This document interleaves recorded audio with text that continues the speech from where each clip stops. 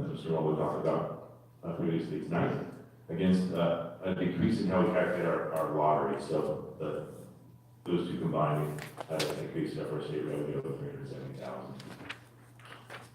Going down to our expenditures, our certificated salaries, classified employee benefits. We had a 10-minute budget from the subs and extra time, and also there were areas in the budget where, like for example, Title I, $160,000 moved from certificated salaries to services and other operating expenditures. So there's just budget movement between the major object codes. And also at adoption of first interim, we estimated what our certificated column movement might be, and we overshot that by about $120,000. So that contributes to that decrease in the certificated salary side. Looking at books and supplies, we had a movement, basically it's more movement of taking money out of books and supplies and dumping into services and other operating expenditures. That was for some LCAP dollars and Title I dollars, and then services and other operating expenditures. Increase of 1.1, that's a result of the local Marine student block grant. I put a placeholder in there of the $533,000. So at second year, didn't know where to put it in the budget, so just gonna put it in one location. And then the rest is actually the movement of dollars from LCAP and Title I memory salaries, and books and supplies, move those into services and other operating expenditures. We did have a slight increase in our transportation of $96,000, and some special increase of $213,000. And then lastly, Why the increase? for the special ed, Yeah, it came out of the SELFA funding model. okay. I couldn't pinpoint it off the top of my head right now. There was a lot of different areas in the funding model. So. Yeah. And then transfer to restricted funds actually decreased by $139,000. That's a result of Fund 12 having a bump in their revenue, and so they needed less of a contribution from the general fund to have the revenue equal expenditures. So the net effect of that is at first interim we had deficit spending of 10.4, so now we're down to an even $10 million. Moving on, looking at our historical revenue trends over the last 15 years, but we've had significant increases over the last 6, from $110 million in 12-13 to $223.9 million in 18-19, $224.6 million in 19-20, and $230.7 million in 2021. In the 2 out years, we do take out the one-time dollars, like the $3 million that we do receive this year in one-time dollars. Also the $900,000 for Prop 39 that we do receive this year. So those are taken out in those out years. Looking at expenditures over the last 15 years, they have gone up just like our revenue. 18-19, it's expenditures plus our transfers out to other funds. So that for 18-19 is $234 million, 7%. Our estimated change in enrollment from first interim didn't change. Our regular ADA, so not including the county operated programs, that stayed the same. We do remove, with our multi-year, like I mentioned, we remove our one-time revenue and one-time expenditures. Restricted programs are balanced and our charges and direct costs when allowed. And in the second half of the year, we have an additional 30 certificated, 10 classified, and 2 management for the Measure T school. So this is what the multi-year does look like. Like I mentioned, in 18-19, deficit spending of $10 million. And on the revenue side of this multi-year, we used stagnant enrollment. Basically, we didn't increase enrollment, didn't actually decrease it. So for 19-20 and 2021, we used a flat enrollment, the numbers we have in 18-19, to forecast our revenue, our LCFF revenue. In 19-20, there's deficit spending at 10.5. So in that, like I mentioned, we took out our one-time dollars. That also has the 1.5% salary increase for the bargaining units in 19-20. And then in 2021, deficit spending of 15.5 that does have the Measure T, FTEs that are needed to open the school, and additional dollars for all the supplies, desks, and things like that. There is about halfway down, it says other adjustments for year 2021, so negative $415,000. So what I had to do was make budget cuts of $415,000 in order for the district to meet our 3% reserve requirement. What I did is that first interim, the county office reviewed it. At the time for the estimated budget cuts, I kind of placed it in all different places, certificate, classified, benefits. I'm like, hey, just put it on one line, make it simple, and just highlight it. So that's what I'm doing here tonight. So, yeah, so for 2020-21, our reserve requirement is 3%. For 1920, it's actually 9.9. For 1819, it's 14.4%.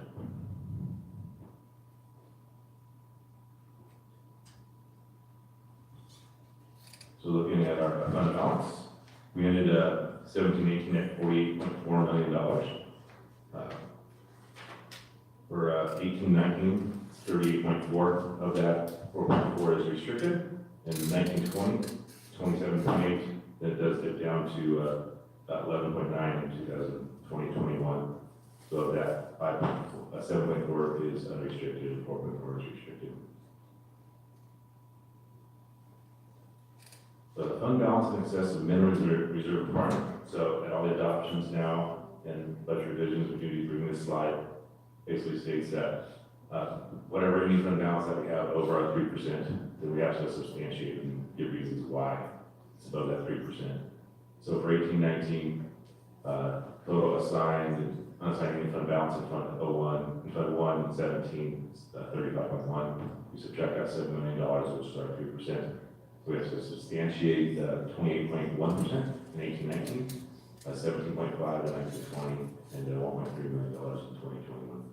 So down below is the reasons why, the substantiation for this. For 18-19, as a result of our deficit spending the two out years, we do want to set aside $10.5 and $15.9 million for the deficit spending in 19-20, 2021. Also $1.6 million set aside for science adoption. 19-20, the deficit spending that was projected in 2021, so we set that aside. Also $1.6 million for math adoption. And then lastly in 2021, going up to $1.3 million. So that's a set aside for continued costs for stirs and PERS. Brian, remind me again how much time 3% reserve would buy us? 2 weeks payroll. 2 weeks.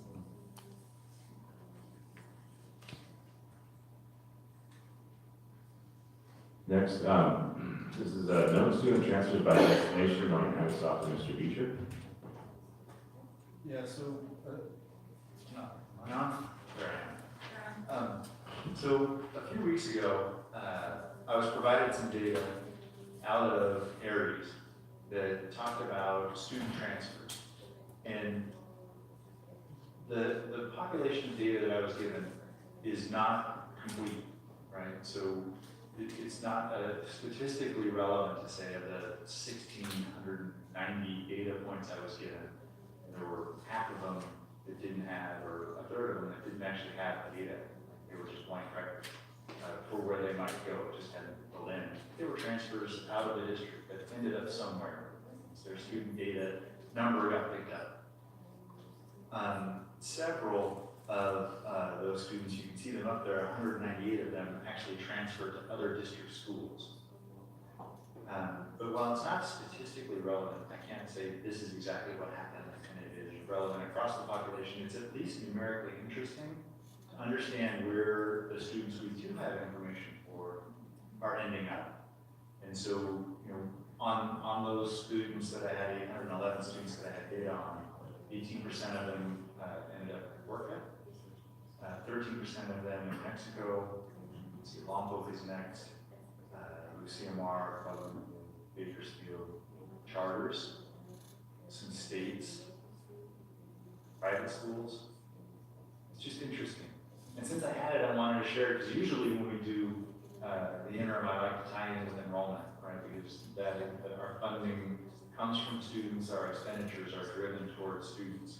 So I thought that this would be a good opportunity to share this information with the board, just to keep an idea of what we know, data we measure. This is where our students generally go when they leave this San Rafael School District.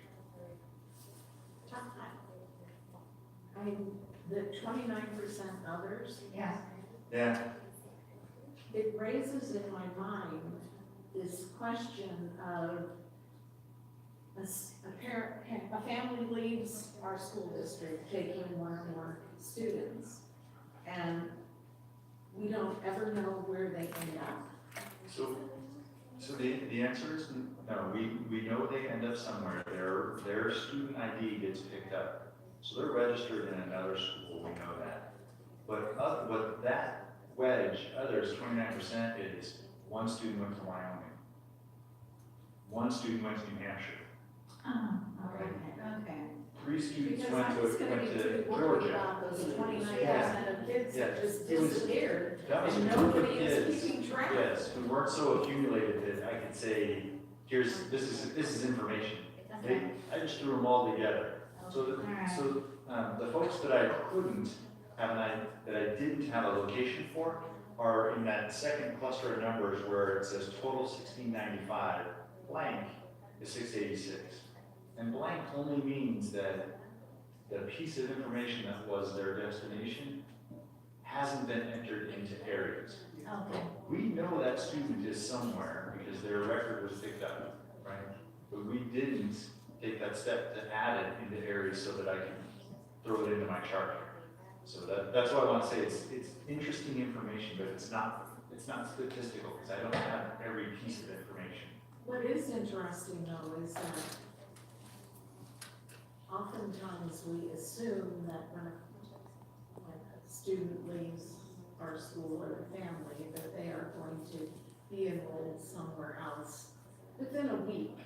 Right. And sometimes that doesn't happen. And it, that's, we talk about, kids missing school and stuff like that, and we don't really know how many kids are floating out there at any given time, not enrolled in school who should be, but their parents just didn't quite get around to it, and there's really no consequence. Or there's a consequence to the child and their achievement, Right. in terms of recourse. So the other piece of information I did have access to that I wanted to share with you was just those known transfers by grade level. Just to see if there was anything relevant about the age of the student, or which might reflect the age of the family and their mobility out of the district. So it isn't as overwhelming, but the greater majority of students are in the TK through 3 grade span when they're leaving the Santa Maria School District. It's That's not necessarily surprising. This is fascinating to me. Yeah, thank you. And that trend, has a long-term effect. Absolutely. Look for every year that we are not retaining those children. Yeah. Multiple years together. So with that, to conclude, the board can issue a positive certification for the second report to the Santa Barbara County Office of Education. And then on May 20th, Mr. Beach and I will be going to the school services presentation for the governor's May revision. Thank you. Once every 13 years. Not because I don't get it, but because it hasn't been asked for. I have to thank Mark Muller, because he asked the question to Julia Yamada, say, hey, can you get this data? And she grabbed it and gave it to me. But it's never, we've always grown, right? So it's never really been a thing to say, where are students going that leave our district? Because every year we have 300 or 400 more.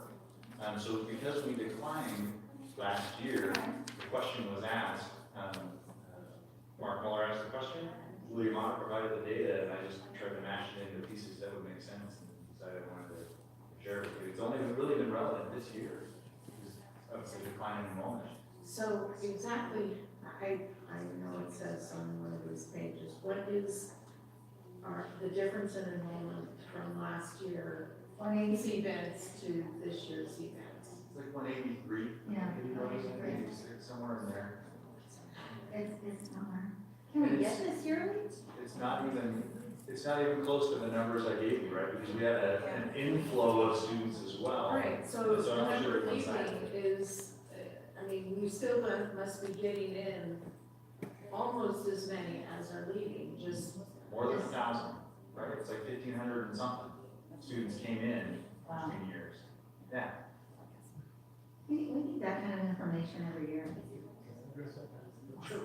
So, and we can get this information for you, Sharon. As far as, the kids unaccounted for, we don't have any at this stage. We had one last year. We will search and find every single kid every single year, or else they're considered a drop. Right. So it has to show on top of it. So we just need to be able to transfer that information, because this is in areas, it's not always entered in areas where it was picked up, where that child was picked up. So their number has to show up at another school. We're pretty good at finding that. I'll give our crew pretty good credit there. We don't lose very many kids. Okay, thank you. no, but there's still really that big time gap of lost days of school. There are kids that, when you're checking the June, they were enrolled 140 days out of 180. Parents did take 40 days to,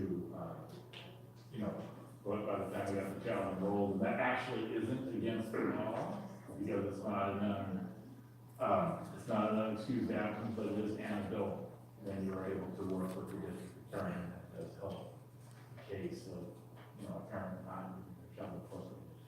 But it's not an unexcused absence, it's just a case that weren't enrolled. You kind of see that more in upper grade when you're doing their cum. I Yes. remember seeing that gap, and it's like, where the heck were they? They're probably taking care of the kids, while the parents are getting settled, and anywhere from 10 to 25 days is missing out of their accountability for it in school. Mhm. Thank you. Well, I'll move that the Board of Education issue a positive certification of the 2018-19 second interim report and certify to the Santa Barbara County Superintendent of Schools that the Santa Maria Bonita School District will be able to meet its financial obligations for the 2018-19, 2019-20, and 2020 to 21 fiscal years as presented above in item 325 dated March 13, 2019.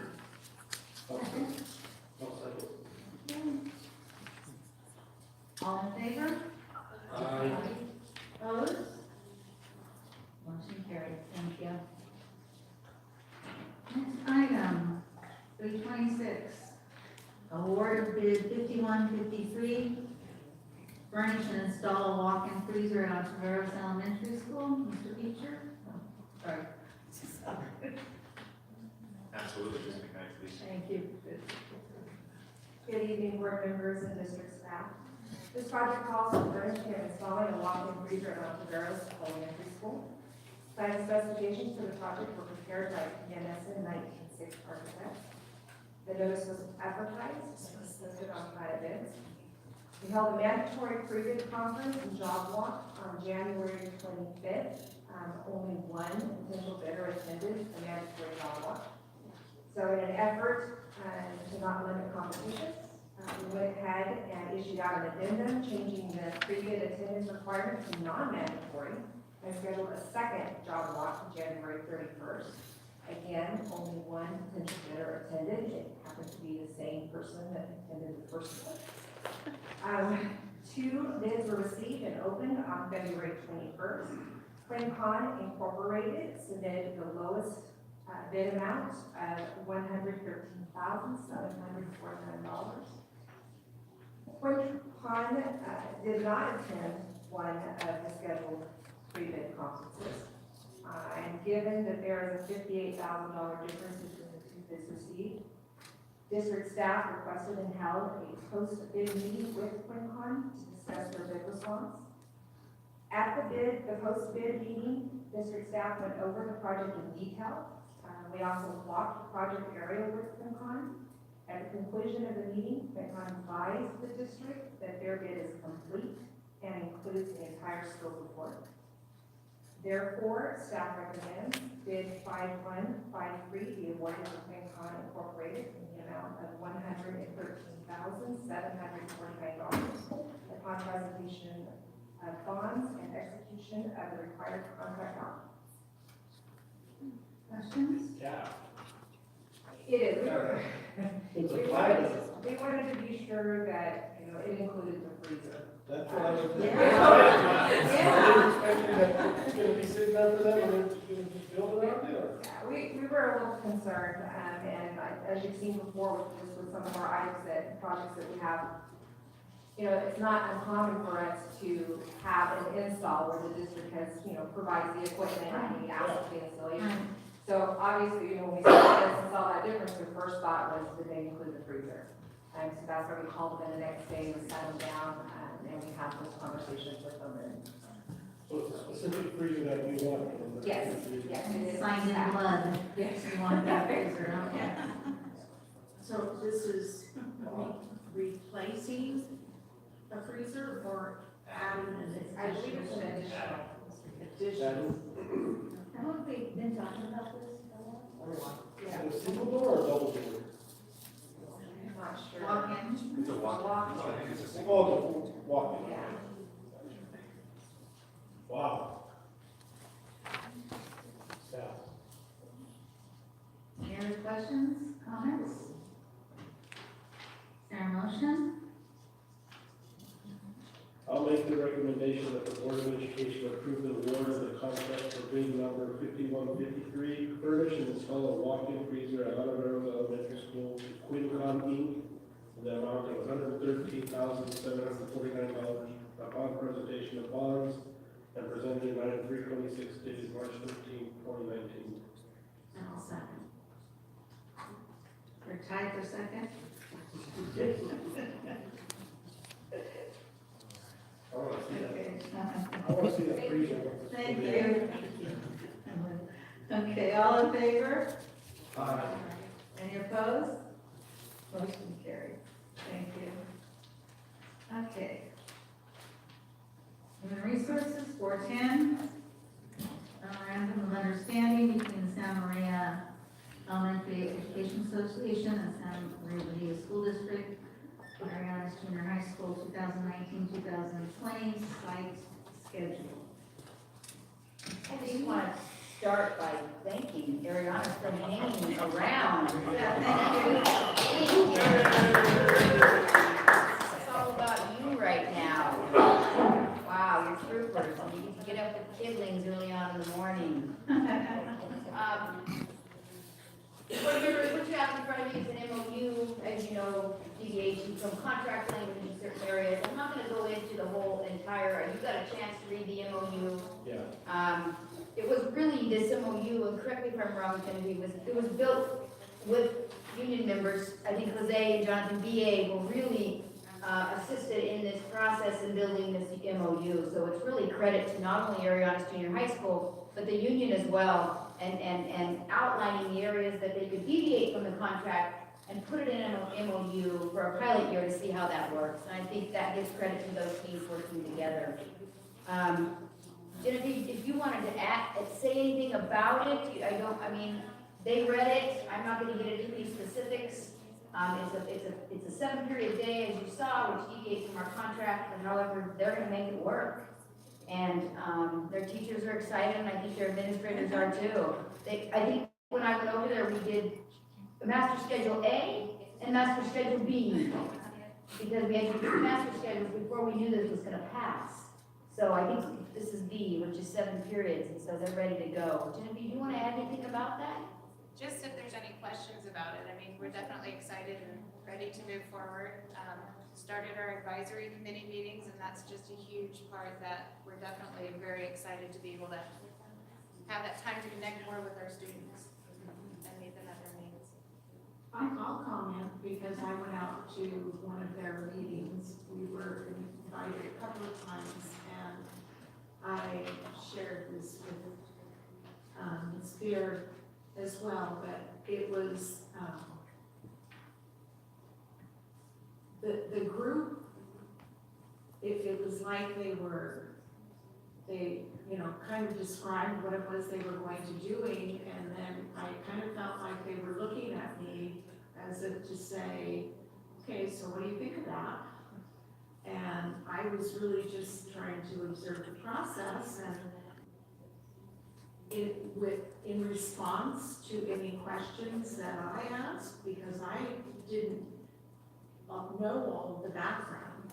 And it wasn't the administration that provided the answers, it was the teachers in the group that were able to explain the why, how it would happen, who was going to help with it, and, you know, that they had polled the staff and, you know, there was overwhelming support, you know, not 100%, but, you know, those that were there, you know, talked about, you know, bringing them along and helping, you know, those that were a little bit resistant.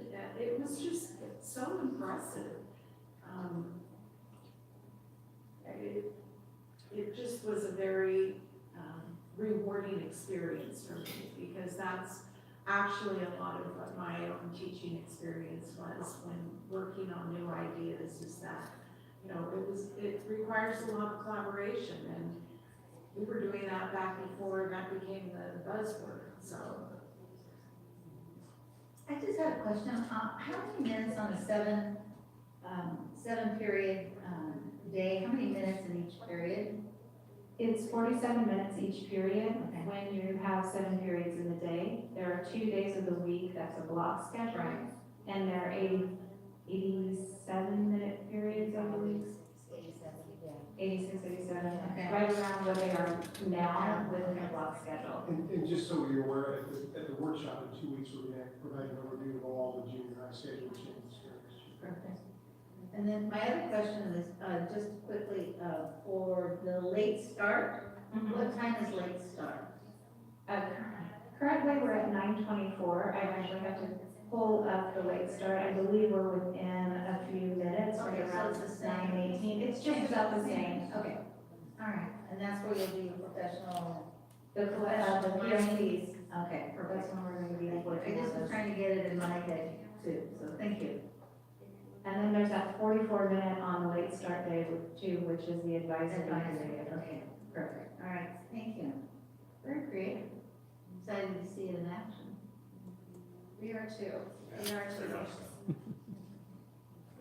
And I will just add, they seem to be going into this with their eyes wide open and will be addressing issues as they arise and, you know, looking at ways to, I don't know, make improvements is the correct word, but to make adaptations that, you know, makes it flow smoothly. They'll monitor and adjust model, right? Very good. Any other questions or concerns? Is there a motion? I will move that the Board of Education approve the memorandum of understanding between the Santa Maria Elementary Education Association and the Santa Maria Benita School District, Arizona's Junior High School 2019-2020 site schedule as presented in item 410 dated March 13, 2019. Second by John, thank you. All in favor? Aye. Opposed? Motion carried. Thank you very much.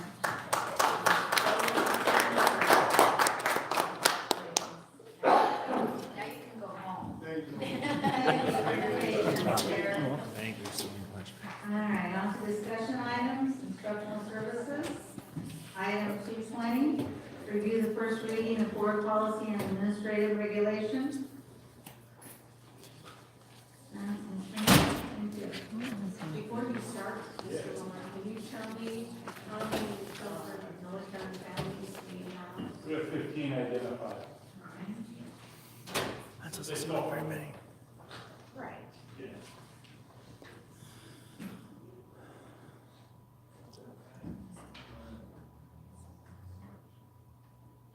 This one's new.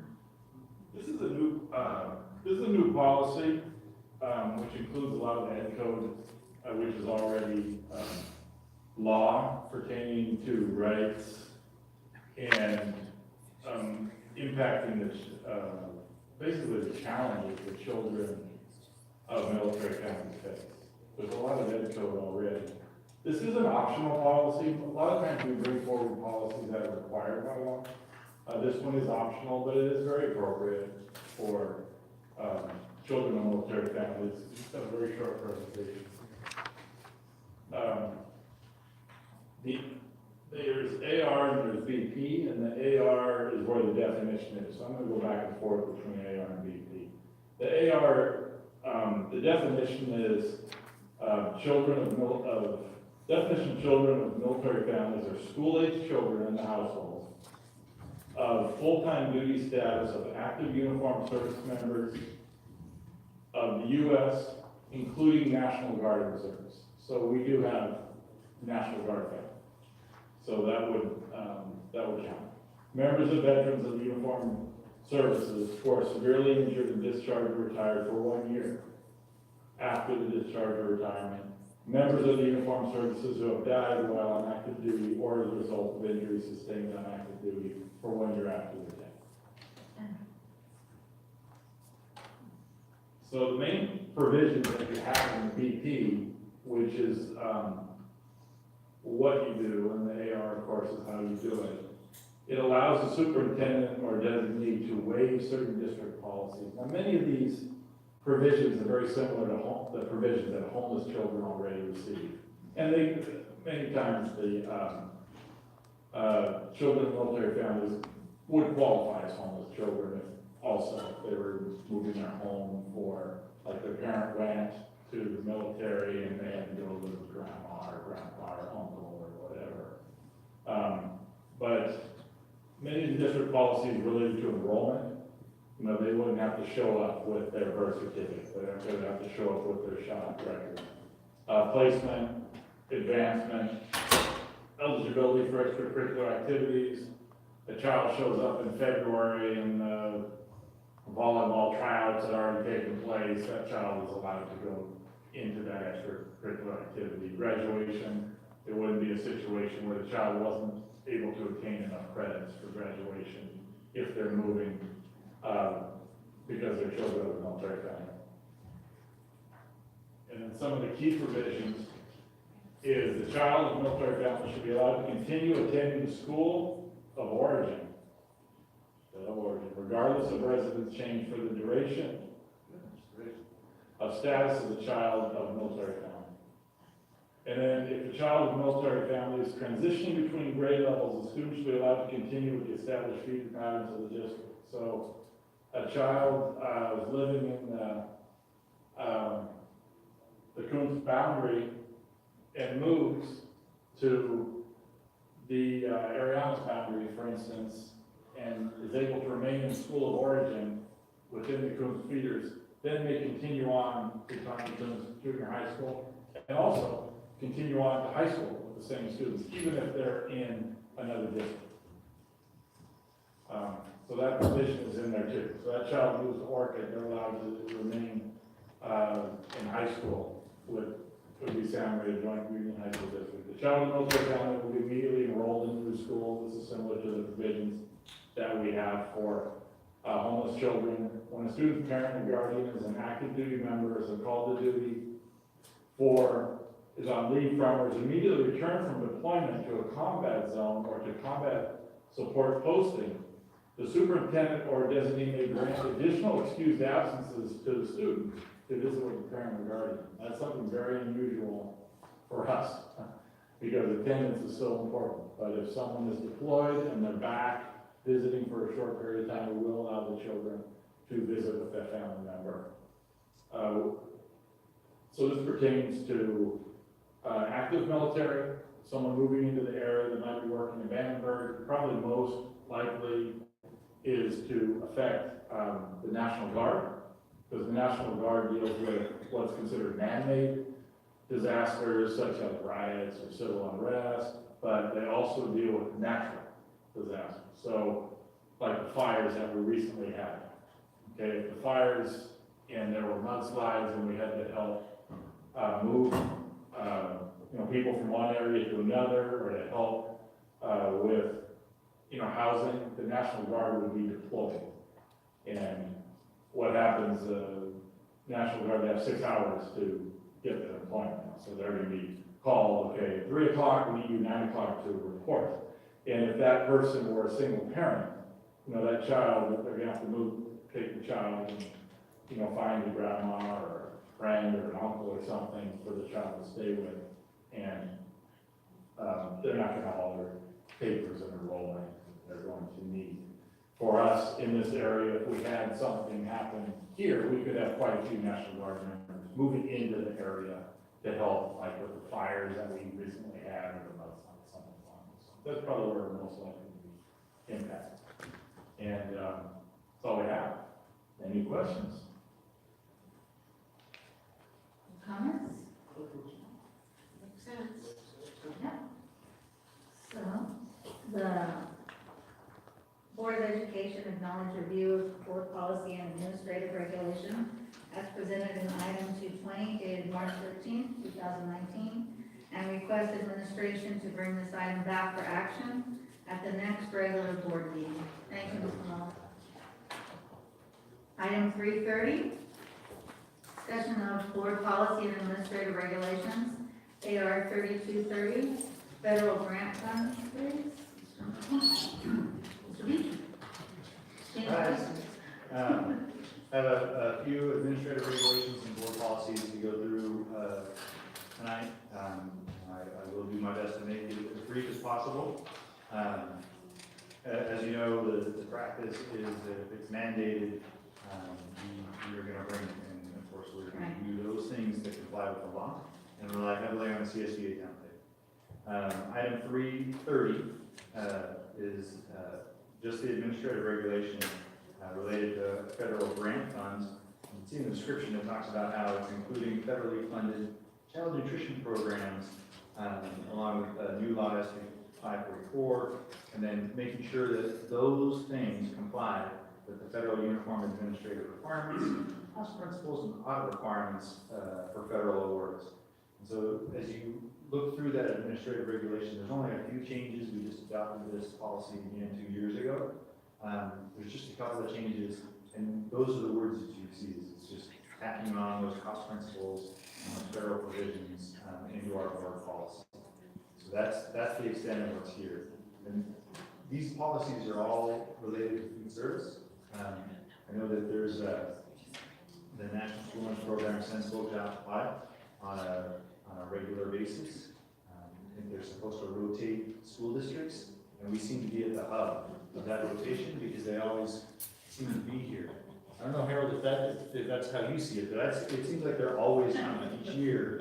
We're hearing about our auditors for food service being here.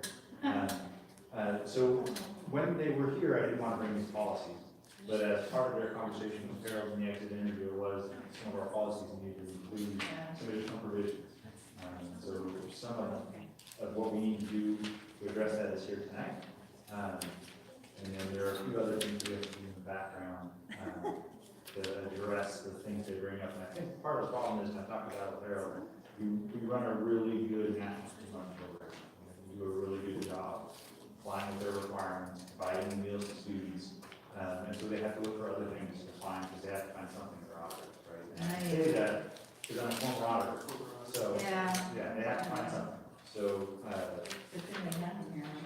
but that is the extent of this administrative regulation and what was modified for consideration tonight. What's the micro purchase threshold? I believe, Without having to get solicited competitive. I think it's 25,000. Tricia It McKnight says is that, one. 25,000. Yeah, Tricia For McKnight. any purchase of 25,000 or more. Right. And so it used to be the first one got smaller, the rules got less restricted, but they're applying some rules to it. So you won't be, so this is competitive pools under 25,000. Yeah, so they do a level playing field process. But it doesn't have to go through a bid. Yeah. No comments, other questions? The Board of Education acknowledged discussion of administrative regulation 3230, federal grant funds as presented in item 330 dated March 13, 2019, and return the item for board approval at the next regular board meeting. Thank you. On to item 331, discussion of board policies and administrative regulations. BPAR 3551, food service operations cafeteria fund. Thank you very much. So on that last item, we took it to the board about 2 years ago. There were just a couple of minor changes that we made. This one, the board hasn't seen since about 20 years ago. So as you're looking through it, you see a lot more strike-throughs and underlines for new text, and there's a lot more changes reflected in here. But the ones that I would highlight for you that I think are really important, that students with unpaid meal fees are not to be shamed. Yeah, I saw that. And a lot of times that doesn't look like, hey, shame on you, right, or a singling out, but there are certain things that districts were doing, right? It was a practice. Moldy cheese sandwich that you get when you're out of money, right? That students would get, it wasn't that big. I'm just saying that was. That's how rumors get started. You're using figurative language to address the Thank you very much. But that was always the headline. That was the headline that you would see in the papers when this would come up. And I want to say it really started coming up 5 years ago, maybe they really started hammering on this. And so districts who were doing those kinds of things started bringing back some of those practices. And here it is in policy, right? So that's important. The Buy American provision is also important. And California grown agricultural components, that's also important. You can see that kind of laid out throughout the policy. And I'll draw your attention to a couple of those. And then what's really interesting, and we just started having school site pilot this, I think it was Ariana's, the donation of unused, unopened foods to a food bank or other nonprofit charitable organization. A lot of times people would ask about that 10 years ago. I would have to tell them, well, the National School Lunch Program funds meals for needy students, and that's who it's intended for. But they're changing that, and they're loosening that restriction to say you can redirect that to an agency. Sure. So that's a really good thing. We have schools that are piloting how to make that work. How is it working? Are they actually gathering food and then donating it Yeah, to the food bank or?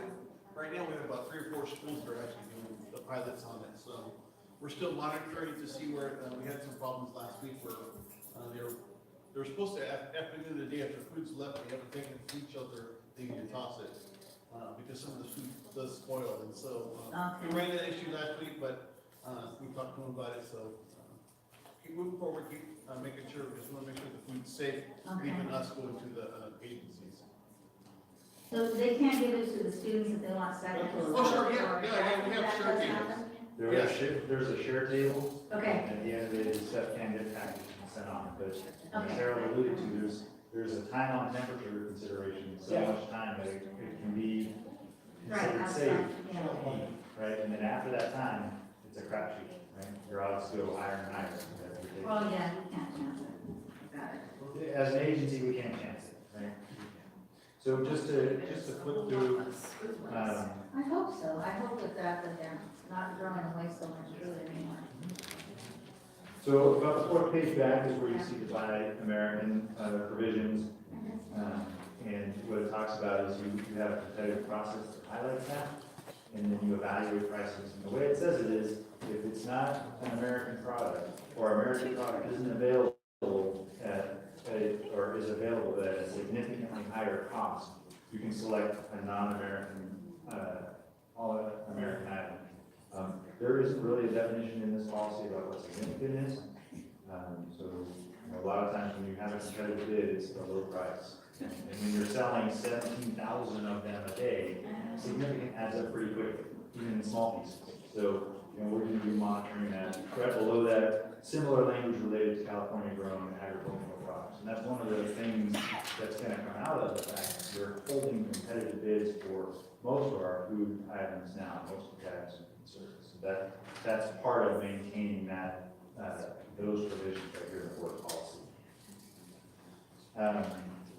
10 pages back, in the administrative regulation that's related to unpaid meal fees, it talks about the district may attempt to collect unpaid school fees from a parent or guardian, but shall not use a debt collector. And we don't charge school fees anyway, so we don't have unpaid school fees, so I thought that was really an interesting thing, that they would specify no debt collectors in the policy. So I want to make sure you had the opportunity to use that as Somebody well. used one somewhere online. Why Yes, it's in that's there. what happened.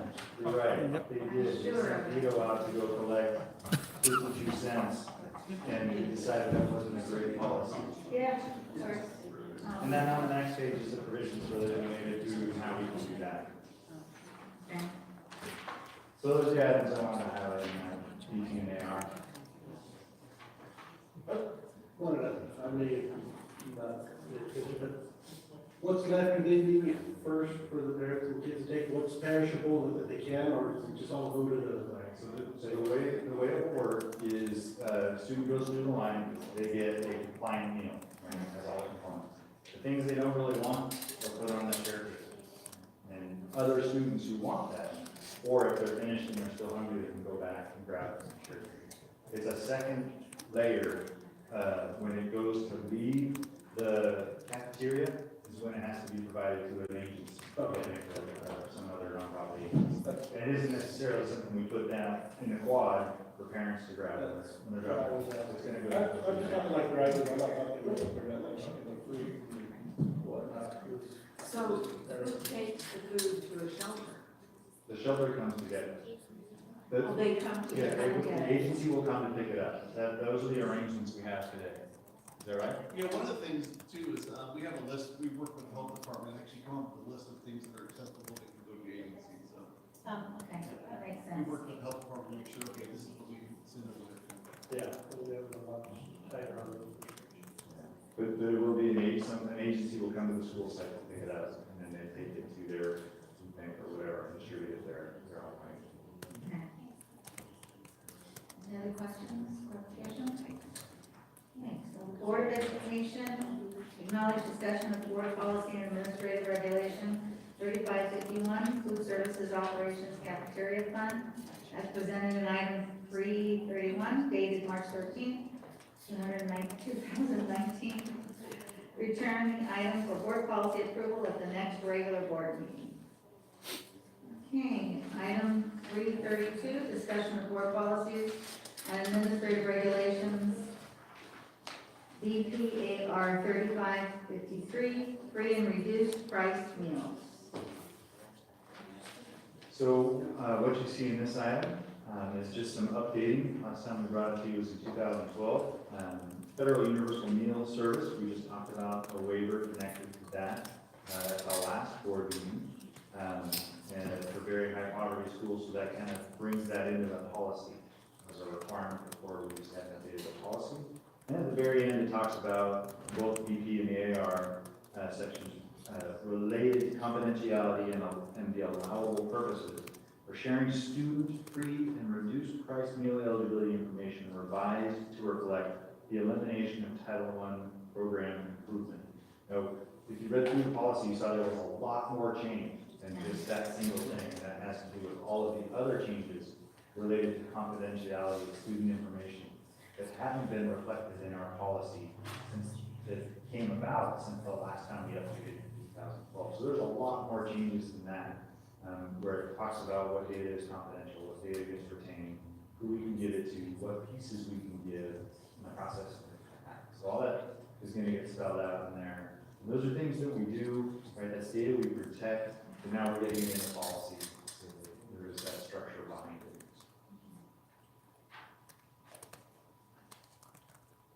Questions? Comments?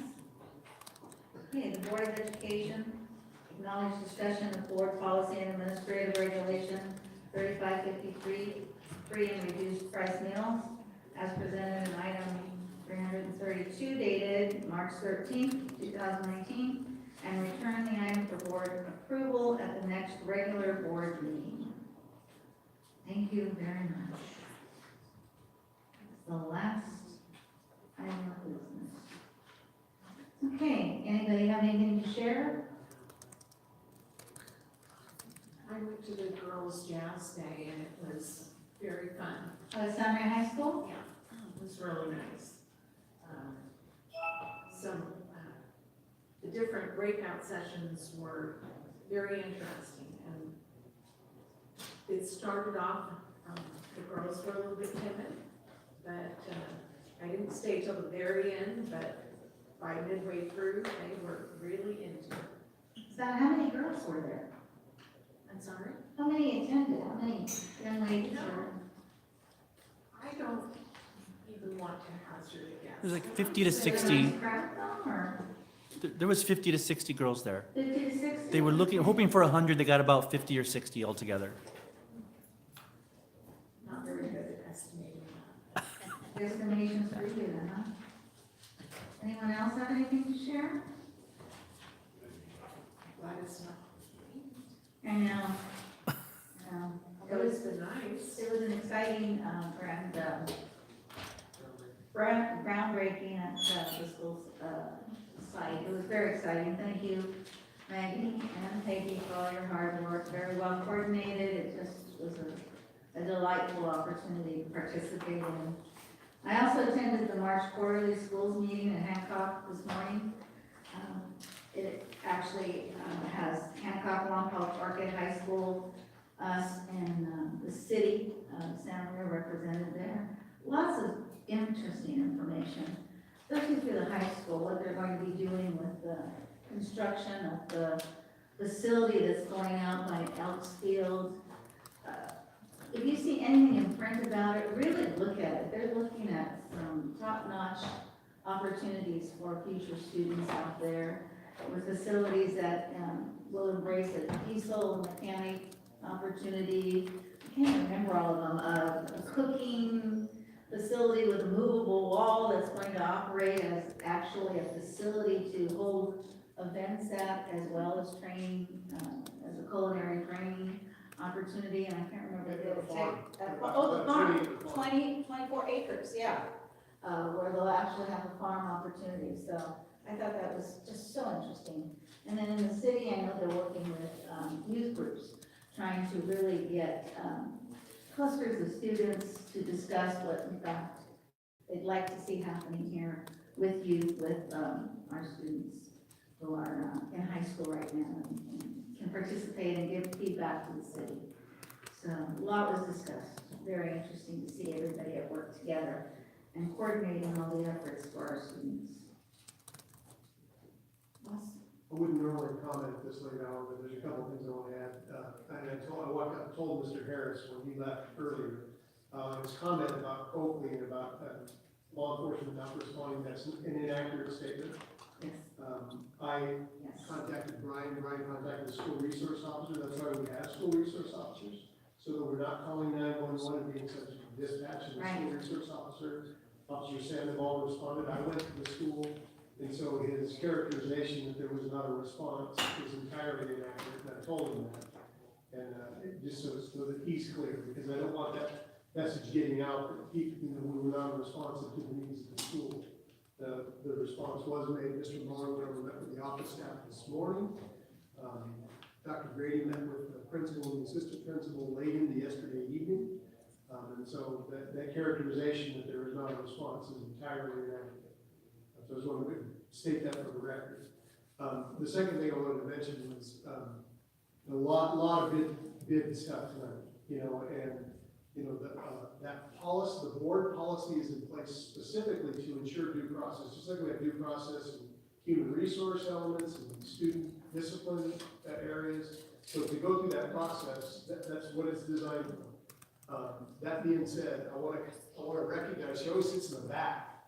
Patricia McKnight goes through all of these, right? And they're complex, a lot of moving parts. And you know, to get through all of these things in such a consistent fashion, you know, there's, as these gentlemen mentioned, they don't normally protest. Well, that's pretty complex stuff, right? I wasn't aware that 802.3.BZ was even, you know, fully in effect. I thought we were still operating in 803.311. Or the antenna. Right? And so I just want to commend Tricia and all of the business services staff for really staying on top of this stuff, because we're doing, we got a lot of work going on, you know, in a lot of areas. So, and here it is, 9:25 at night, and she, is that Patricia? So, she's way back. Thank you, and the whole business crew for coordinating that work. It's straightforward. That it? Thank you for staying with us, ladies and gentlemen. We are so adjourned. We're back Anna, you laughed when she dropped It was funny. Because it wasn't just one, it was like 9 times. Like a cascade of like dropping stuff. I'm afraid I bent over to put a buzz in my skirt. Oh yeah, no, we want that. We don't want, we don't want to cause incidents. Another teacher laughed at me when I dropped my papers on the floor. So was that shaming or bullying? Both. It was bully shamed. I have 10 tickets for one of you. What was that, 10? It's 17 the first day and 18 this last day. Okay, So I have 10. okay. So I should get you more, because maybe I'll do the big ones next Okay. time. Because I'll be there. Okay, I just want to let you know. Yeah. For the, Yeah. I've been trying to, I updated the form. The form that I was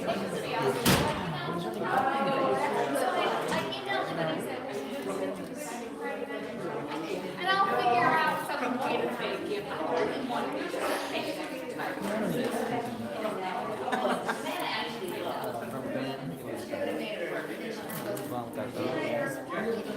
Oh, I guess I could turn this off, huh?